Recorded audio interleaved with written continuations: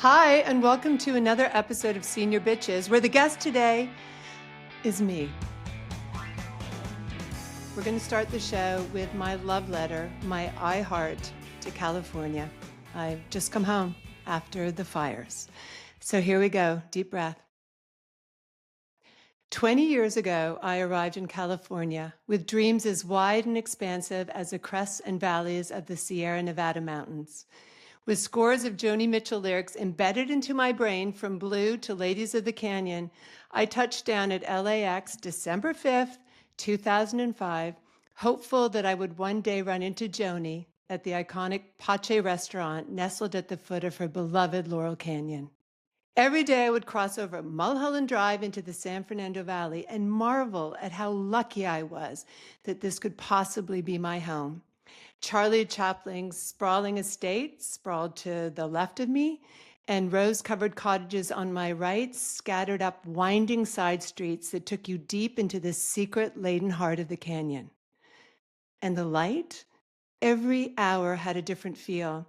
The dappled sunlight of midday, the freshness and promise of the morning run, and the pink and purple bursts of sky that peek through the oaks just before sunset.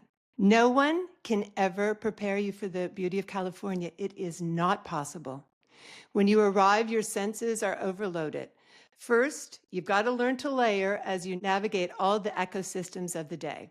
Sweaters and cozy scarves become obsolete by lunch and removed to reveal lightweight clothing, even in February, which eventually gives way again to more sweaters and evening wraps as the desert climate hits like ice the second dusk sets in. And as the days go by, you will find birdhouses in the Hollywood Hills. You'll do your morning hikes either in Mandeville or Coldwater Canyon, and you will learn that if you stand silent under the stars of Joshua Tree for a long, long time, the sky will reveal itself to you one constellation at a time.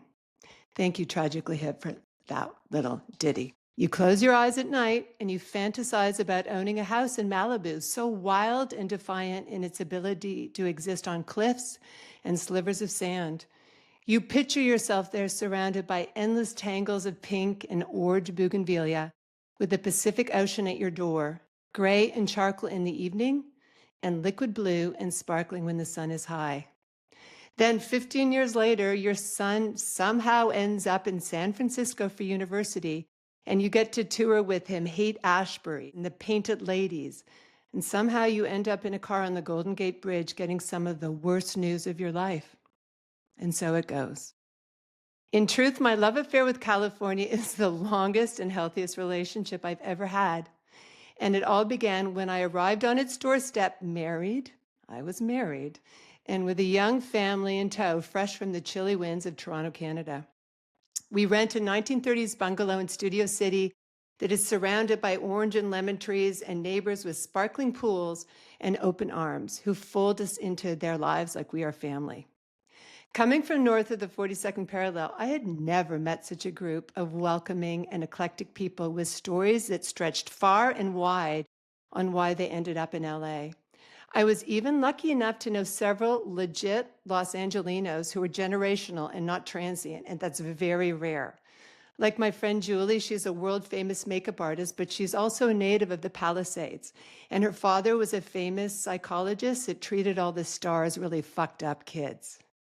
Or Maria McKee, a brilliant musician I idolized from afar, who's become a lifelong friend over years of 5 o'clock dinners at Da Pasquale on Santa Monica, dressed head to toe in vintage Gucci, not me, her, and with her beloved greyhound Annie by her feet, waiting for scraps of chicken parm and buffalo mozzarella. And my best friend Jane, too. She grew up in Beverly Hills when it was a working town, a middle-class neighborhood that was positioned really well to all the Hollywood studios. Her dad, Alan, has been a working actor since the 60s and has become one of my best buddies. And at 94 years of age, remembers every single job he has ever had, from playing a dentist on The Partridge Family to starring in Sunset Boulevard opposite Glenn Close to almost working with Hal Prince before he got kicked out of his audition for singing the wrong song, but he did that on purpose to piss off Hal Prince. Aside from that, he's an insanely good flirt who orders rounds of drinks for random ladies at our monthly lunches at Il Pistaio, where he holds court and shares a treasured trove of detailed stories, as well as his ongoing hate of Ryan Gosling. I don't understand it, but he does. And I hang on every single word. California is also the place where my marriage ended, where I became a single mom, and where I spent an evening in jail on lasagna night, no less. I have learned the harsher truths of its climate and career and weather quickly, but never once has my love wavered for this incorrigible wild child I have called home for 2 decades. I love you, California. I love you. Oh, I can feel the lump in your throat. I love you. I do. Who knew that was going to happen? But anyway, how's it going? No, California, I just need to say this, California is a place for dreamers because there's just open possibilities everywhere. So it takes a certain type of person and a certain type of verve to come here. And it's been a very emotional time right now for the state and for all of us in it. So there you go. How's it going with you? Let's back it up a little. So you went home for the holidays in Toronto, and then this sort of started unfolding with the fires while you were away from your beloved home. Were you someone like watching on, a lot of people have those little cameras outside their doorbells, or were you just checking in with friends to be like, is my place still there? Like, No, what's it wasn't even that sexy. I was actually at home in Toronto taking care of my parents, one with dementia and right? one who I just moved who's acting a bit like a wild toddler. And had just done this 2 or 3 crazy weeks with my family. And it was the evening of the fires. And I was about to get on a plane the next morning. And all of a sudden, my friends start texting me and saying, you do not want to come home. And then I turn on the TV and I just see these explosive fires like Armageddon just going up Yeah. everywhere to all the places I know and love. And I'm like, what the fuck is going on? And Yeah. I actually was up all night just keeping in touch with people to see how people Of were course. and what Yeah. was going on. And everything was going up like that. At 6:30 the next morning, I decided to change my flight because my guy was like, I don't even think I can pick you up. The highways are closed. My son was in West Hollywood. He was saying the air quality is terrible, obviously. So I delayed my flight. So surrealistically, I'm watching it unfold on television, Ugh. like almost everybody else. I'm watching this Yeah. going, how can this possibly be real? How can it Yeah. be real? Now I know you have connection with the Pacific Palisades, but maybe for those who don't know exactly where you live, like how close was your neighborhood to anything dangerous? Well, eventually I was in the path. I sold my house a year ago in the Valley in Studio Okay. City. And actually that house was in the path, but I did not own it anymore and it was okay at the end of the day. The Palisades, okay. I live in Beverly Hills. Okay. The Palisades makes Beverly Hills look like Compton, all right? It is the most beautiful place on earth. It is pristine. Okay. It is like this village out of a movie. You can't even imagine how beautiful and gorgeous it is. And it's all situated on these cliffs that overlook the ocean and Temescula Canyon, right? So it's just this perfect little gem of old and new. And when my daughter was 14, there's actually a lottery to get into Pali High. And Pali High is the quintessential California school, right? Like it's like where every Hollywood movie was ever made about California Aw. high schools. And the school is just iconic. And it's up sort of the valley. And then when you come out of the school, you go down a set of stairs and it's a football stadium that overlooks the Pacific. Okay. So Lola actually entered a lottery to get into it because they take about 30% of their kids outside of the neighborhood, and she got in. Oh, wow. So I remember going with my parents, and for me, this was the California dream to have my Yeah. daughter. They had a class on surfing, to have Oh my my daughter God. go to this school was my dream as a parent Yeah. to have her go there. And I remember I was with my parents and we toured the school, and my dad was, my parents were going, holy shit, we've never seen anything like this. Yeah. And then we went for lunch at a little Italian restaurant after and toasted this new journey of my daughter. So I would actually get up at 5:30 every morning, take her to the bus stop because it was about an hour drive to the Palisades. It's not that far, but they picked up kids along the way. And at least once a month, the bus would run out of gas or stall and be at the top of the hill, and all the kids would have to walk into school. So I used to go pick up my daughter from school, and we'd go to the Starbucks and hang out, Rick Caruso's village, and just sit there and go, we can't believe we're a part of this. It was just a California dream to Yeah. be able to have that. And I don't think I know why you settled in California from Toronto to begin with. What moved you to California? Was it the husband at the time? It was the husband at the time, Okay. the one and only that I've had. Yeah. And again, part of the California dream. He was an actor, Right. quotes, and got our green cards, and we headed down to California to further his acting career. And actually, my career was taking off as all the shenanigans began. But we came down here around Christmas, this small little family with all our belongings to have the American dream and living in the little bungalow in the valley and meeting all our friends that I'm still friends with. So again, that was part of the trajectory Mm-hmm. of this dream of going to Los Angeles, California for the promise that it all held. And I think in my heart and soul, I've always been a California girl, hence the natural blonde hair. I can see it. You can see it. And Yeah. and so it was I've always longed for it and always listened to the Joni Mitchell albums and Blue and Ladies of the Canyon and just was fascinated by all of it. So was always a dream, and I've been here for 2 decades. I've been here for 20 years. And I believe you talk about this in the book, opportunity and possibility in California. Can you talk Y- about that a little bit? it's the place where anything can happen. Yeah. Where anything can happen. And it's very different than other places because you can go to the Chateau Marmont, you can go to places on Sunset and look like you don't have a dime. But guess what? You could. And you could be the next best thing and the best writer and the best director. So, or the best anything. And so there's, an equality here, kind of how you're treated. And then I have the other end of the spectrum with my friend Alan, my Mm-hmm. 94-year-old friend who's got like a hot new girlfriend at 90. Um, and he's had a career in acting since the 60s, from the Mod Squad to, like the Brady Bunch, Partridge Family, Goldie Hawn movies. And he was a working actor. And he still works. He goes to Comic-Con. He voices the gay Smurf and Skeletor.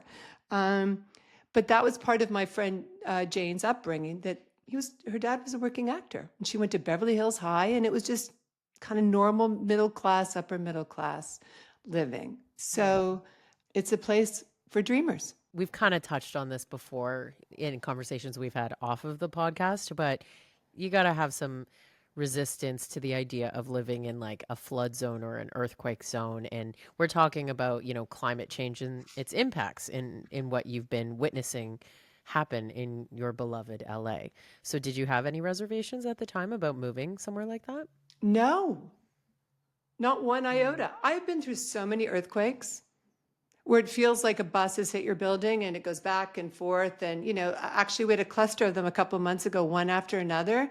And you just get a bit worried when they keep going on and on and on. But I've lived through a lot of earthquakes.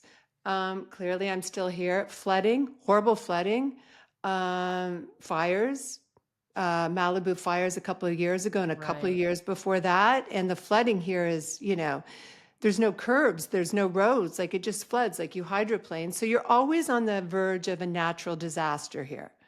And Totally. historically, that's been true. Joan Didion writes about this in the Santa Anas, which is a great essay because she lived here. And the Santa Anas, which is what happened with these fires, right, are these Yes. winds. And I guess they're like, Morocco gets those winds. I think they're the Cicero winds, like around the world when it's just a perfect storm. And California's always had the Santa Anas, and they're so powerful that they scramble people's ions in their brains. Like people get like really depressed or suicidal or crazy. Oh. It's these winds that blow 24/7. Mm-hmm. And what happened this time with the Santa Anas uh, is that 2 years ago we got all the flooding. So we Mm-hmm. had all the growth, lots and lots of Vegetation. growth, lots of vegetation around these fire zones. And then the drought hit in for 6 to 8 months. So when those winds came off the mountain, they could blow anything away. It was Mm-hmm. catastrophic. And then once they start, it just goes, goes, goes, goes. And you can't fight them Yeah. because the planes to scoop the water can't go do it because the wind is too strong. And it's like nature saying, get out of the fucking way, I'm coming. It's Mm-hmm. always historically been a fire zone for decades and decades and decades. Now, this is going to be a weird question, but I'm single. good to know. Are you? Yep, still single. I Okay, got good. updates for you, but I'm I single. can't wait. Can't wait. There's this sort of idea spreading that like the rich people of California can suck it up. Mm-hmm. You know what I mean? Yeah. You've seen it probably on social media. Anyone who's listening has seen it on their feed in the last few weeks. And I just wonder, as someone who came from, like you said, we were just a small family living in a bungalow, making do with what you had towards the American dream. Like, what's the message there about, well, it doesn't matter, you're rich, you can pay for all this devastation, right? Like, Yeah. how do Well, you feel about all that? I think it's twofold too, right? Yeah. Listen, California is a state of dreamers. California has the fourth or fifth largest GDP in the world. You don't fuck with California. And by the way, the rest of the states could not exist without California. If you're listening in DC or Mar-a-Lago, wherever the fuck you are, so California could even secede. It's not going to, even though Canada's invited it to. But it is a strong, powerful state. And it does get this label of being leftist, woohoo, liberal lattes and all that stuff. But it's 40 million people strong. So there is a real collaboration of all sorts of different people who live here. So that's the first thing. It gets a bad rap even before this starts, right? Sure. And then the whole thing about that, I think that is culturally in the States now. I think in, sort of eat the rich or the elitist. And honestly, I get it. I get how people feel that way because people are struggling so badly right now. The economy is presumably good, but it's not for most people. Hmm. I mean, even here now, there's price gouging in rents. Rents have gone up 30% since since the fires 3 weeks ago, and Yeah. the cost of living and gas and everything. It's complete and utter insanity. So I think when people see this, and because the country's so divided and there's this hostility, I think it's almost a natural expression of that. Yeah. But the truth is, there's lots of people who lived in the Palisades who had generational homes who, when my daughter was there, 2 or 3 families living in a bungalow and staying there to send their kids to the best schools and have the best quality of life. And Right. also, I'd imagine that a lot of these wealthy people who have the $10 million houses are probably mortgaged to the tits and, have everything invested in their homes. Some guy lost his whole art collection in his home, Uh, Warhols, like everything gone. mm-hmm, That's kind mm-hmm. of crazy, right? Like they weren't in a museum. Like probably hundreds of millions of dollars of art is gone. So now you have a situation where people have lost their homes. Who knows how much money, disposable money, they actually have after these huge investments? They've got to go find True. somewhere to live that's going to be double of where they lived right presently. And then the act of rebuilding conservatively is 2 to 3 years. That's without insurance, because who the hell's going to insure the Palisades? And that's getting rid of all the toxins in the ground. So the reality of it is horrendous. It's Mm, horrendous. There's 15 to 18,000 structures gone yeah. that people can't live in. And then not to speak of Altadena, which was a working class town, again, generational, Pasadena, Malibu, gone. It's just Yeah. gone. How did you feel driving like from the airport? Like what was your initial feeling when you were getting back home? Oh. Oh, well, my initial, because I've been out to see the devastation. Oh, you went on a Uh, drive. my initial feeling was it was a beautiful sunny day in LA. No traffic. Like, this is unusual. Yeah. And just eerily quiet and nothing quite, just something didn't feel right.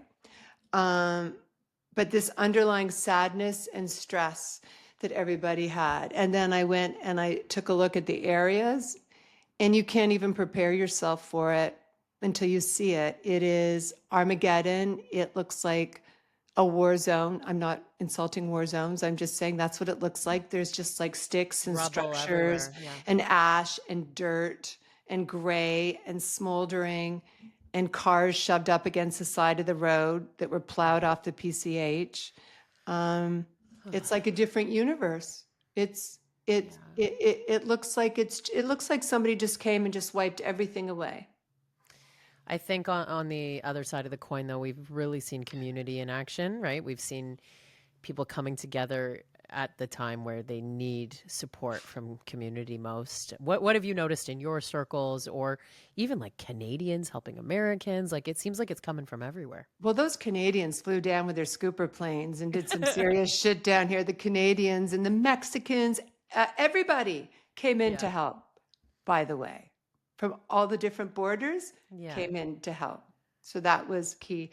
Um, oh my gosh, I have friends who brought people who had been evacuated into their homes, who are supporting people financially, who, I've like given half my wardrobe away. Uh, people are doing that, food, clothes, anything they can do to help. The GoFundMe pages are insane. There are thousands and thousands and thousands of families. And, after this episode, we'll put some stuff in the links for people to donate to or be aware of. But it's just this massive campaign of people wanting to help in any Yeah. way. All the volunteer centers are packed 24/7. I look at my window now, it's sunny and calm and nice, but literally 3 miles away from me, it's Yeah. an evacuation zone. It's Yeah. very bizarre, very bizarre. Makes you think about gratitude too. Like it could have been anyone. It could have been anyone. And one of my good friends who's Canadian lives in Brentwood, and she's been my friend Risa since I was 19 or 20. And she ran CAA, had one of the biggest jobs in Hollywood, and was sitting in her house, evacuated twice, this close to losing her house. Mm. The fires in the Palisades went like that. Like you didn't even have 10 minutes. You had no time. Like literally, it was, one day I was going to Malibu. I love Malibu. I was driving out to Malibu, I drove by the Palisades, waved to my daughter at her high school. And then all of a sudden I get a text from my daughter, oh, there's a fire beside her school. And I turn around and there's a fire over her school. That's how fast you could That's see how it. fast it went. They evacuated her. It was fine. They got her under control. But when those Santa Anas hit and the fires and the embers, it's minutes. It's not hours. It's actually minutes before your house goes up. It is Yeah. just the most. It's like a tidal wave, I'd imagine, This comes is in. not on our prep sheet. I'm going to hit you with something though. Hit me. What does this make you do to prepare for the next emergency evacuation? Like, if something happened today, I live on the water in Toronto, right? Like, I'm sure for me it would be flooding or something like that. But I am ill prepared. And this But your all hair of looks good. You look thank really good today. thank you. Take the But wins. take the wins, yeah. But it makes you think about like the next time that we are confronted with a natural disaster, whether it's here or someone I love somewhere else, how can we be better prepared? Well, here's what's interesting because I talked to some people in Runyon and Palisades who had this, like had 10 minutes to go back to their house. And in their brain, they had no idea what to take. Mm-hmm. Somebody took a t-shirt, right? Oh God, They yeah. didn't know what to take. Like, well, maybe I should have taken my passport or my birth certificate but your brains are so scrambled, you don't know what to take. But so what they have here is, your get ready bag. Like they actually have a list of stuff, like a charger and water and everything that you should take. Yeah. And we're always told that we should do that, prepare. I don't have anything prepared, so I should get something prepared. Yeah. Um, but I think that the bigger lesson is how vulnerable all of us are at any time to Yeah. anything, especially with climate change is a Mm. huge issue. And, you just never know. Like who would have woke up that day and thought, oh, I'm going to lose my home No on a one. sunny day, No. You know what right? I read that like made so much sense and seemed like a very good idea? Yeah. You grab your laundry basket.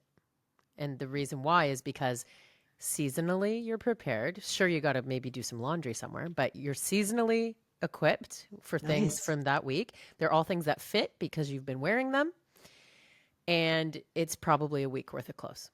That's really good. They do actually put a list of what you should have. What about the emotional things though? Like, do you know where do you have a stack of baby photos of your kids that like need to be in a safe spot that you can grab them at a moment's notice and things like that? Well, here's what's kind of interesting. I do have about 4 or 5 things that I would grab for sure. But, I sold my house a year ago and I had some stuff in the garage Okay. and I forgot about it. no. They demolished my house a week ago. So I've actually had to say goodbye to stuff. Oh my God. And the only thing I would care about is photos. Yeah. That's the only thing I really care about. Or like if someone gave you something, like whether it's like a ring or a bracelet, right? Like it maybe is just a lesson in, even if you do normally have a jewelry box somewhere, like maybe there's just a place where the photos and the ring that means the most are together, ready to be. It's a good idea. I have where I am now all like letters from my kids, birthday cards. I have a box full of all that stuff that I've saved and their drawings and everything. So I would definitely take those. But yeah, people don't have one single thing. I Nothing. know. It's They don't have heartbreaking. anything. So You mentioned, donating clothing. I am sensing from you a new chapter coming again. God, you're smart. Am I right? Am I right? You are right. Well, the funny thing is, before all of this happened, I was Yeah. thinking of taking some new paths outside of California, doing some different adventures. Inspired by what exactly?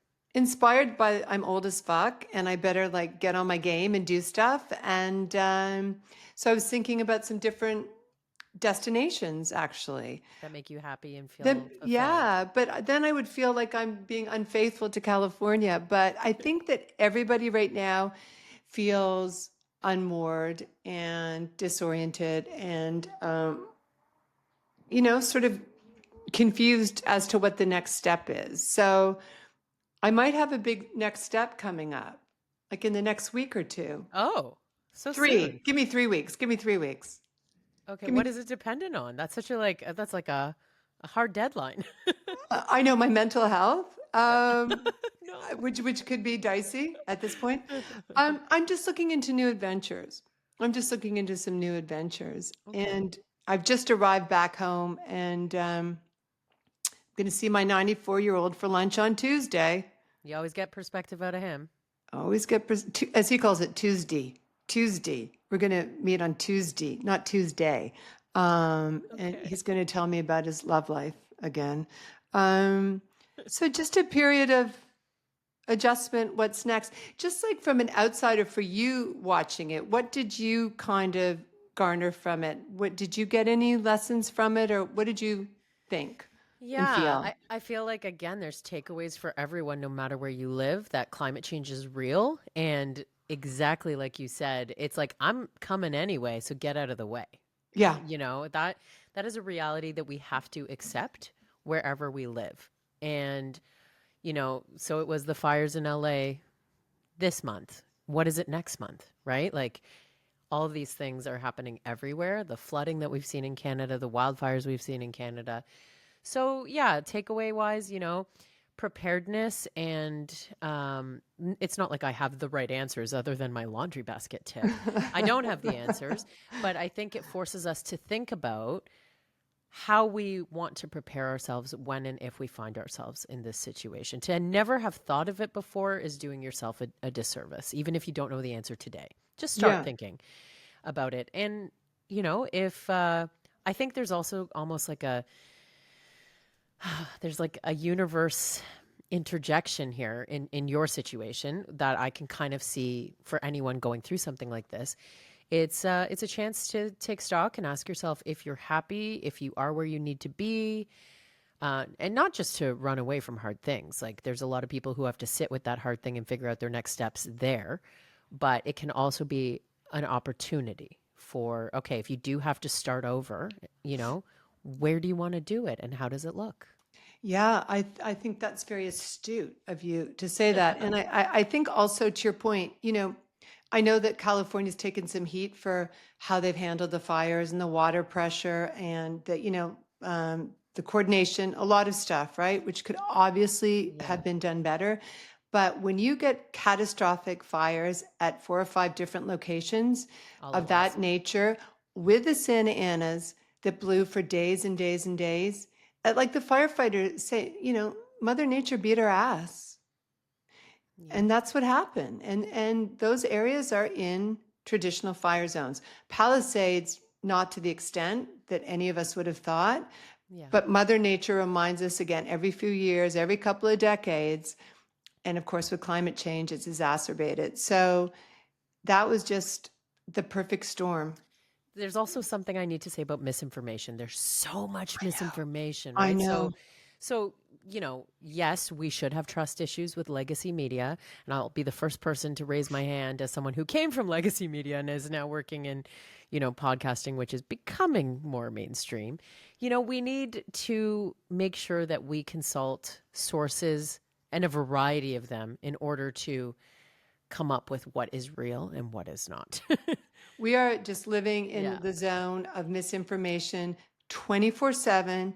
Thank you, Zuckerberg. No more fact checking. These outrageous things that are put out that have no truth and create this narrative. And always the narrative is division, right? Yeah. And so Was there?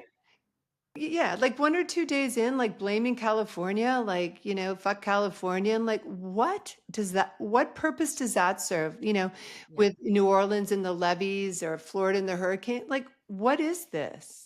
It's, What was the wildest piece of misinformation you heard about the fires?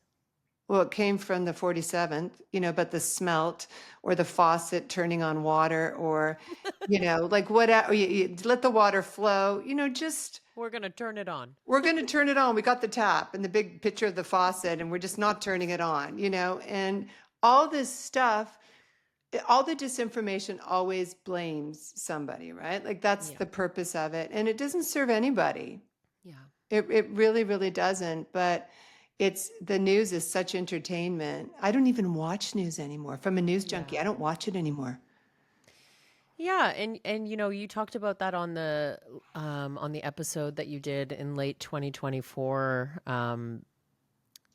What was that show that you like watching? Oh, Morning Joe. Yeah, and sorry, it did come out in a 2025 episode, the last episode Yeah, with Shannon Watts that you we can love go listen Shannon. to. But yeah, when your favorite shows are suddenly, talking about, you got to pay attention to all that stuff. Yeah, I do. And I can't watch it. Yeah, I you're can't over it. watch it. It gets me angry and anxious, and that's the last thing I need to do. So, Yeah, yeah. And actually today, though, because I want to end this on good news, I please. was going to, oh, I have two good newses for you. Two good newses. Two good newses. One, okay, my Bumble, you and I. Uh-huh. Now, it could be AI generated, but a handsome man on Bumble who likes football. Look at me pointing at you. We've been chatting a little. Okay, Look at wait, the your face. psychic told you it was a man with what color eyes again? Blue. Does he have blue Amber? eyes? Does he have Green? blue eyes? Can't remember. Go Blue. look on your thing. Well, okay. But so he was supposed to call me yesterday, but I was watching football. I didn't pay attention. So Okay. today, okay, so that's good, right? Yeah, we like that. Are you proud of me? Proud? Well, you took your own advice you gave me, which was to remain open-hearted. Great. All right, I've remained open-hearted. Okay, number one. And number two, I had a big meeting this morning of a project that could be really exciting, Okay. that could happen, that I'm working on, that would make you and I very rich and famous. Oh, Yes. love that. Yeah, so I wanted to end on two up notes. I've got new episodes every other Wednesday. Find Senior Bitches wherever you get your podcasts or at womeninmedia.network.